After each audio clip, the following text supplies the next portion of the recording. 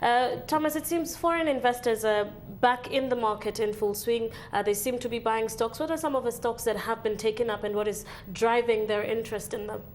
Okay, basically like today in the market, equity was the best stocks that foreigners were taking up. Actually, it accounted for over 70% of the day's turnover.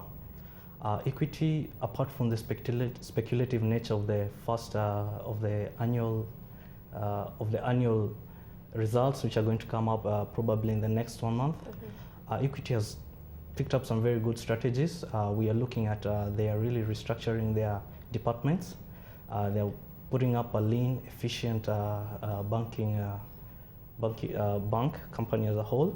We're also looking at the new card management system they're putting it, which will be able to operate over 60 million transactions in a day from Openway business from Belgium. We are also looking at the new partnership they have with Safaricom. Their ATMs are going to be point of sales for also M-Pesa. Apart from that, we are also looking at the insurance, the livestock insurance, which they've come up with. So actually, Equity has an insurance agency which holds a third of the policy holders in Kenya. So we are looking at that, which is going to really affect the bottom line as a whole. Okay, let's look at another sector that is set to benefit this year according to government predictions. That is the sugar sector.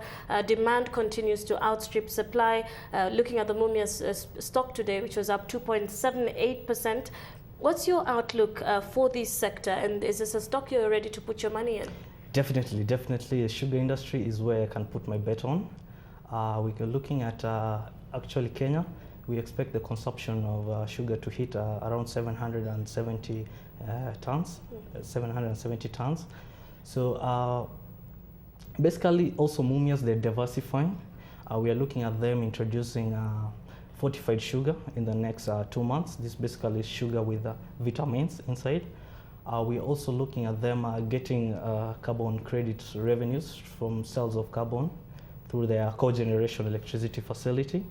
Apart from that, for their mid-term strategies, we are looking at them building the ethanol plant. Which they're expecting revenues of around $17 million US dollars. TPS Serena has just announced a plan to offer more bond tranches to aid its expansion. This comes against very optimistic views from the government that the tourism sector is set to bounce back. What's your outlook for that particular stock? Basically, I can put also my bet on TPS Serena. What we are looking at is this year, the World Cup is coming, so we are expecting an inflow of foreigners, basically who are also going to the World Cup in South Africa. Apart from that, domestic tourism has also picked up greatly. Also, the government has put a lot of emphasis on infrastructure build-up, which basically is going to open up the country for better tourism prospects. How about the tea industry, which is also a very critical sector within the Kenyan economy? Key data out today says Kenya is expecting to earn about 70 billion shillings in 2010. What are the prospects for the tea stocks? The tea stocks currently, after the last year short rains, we expect the tea industry is expecting a bumper harvest.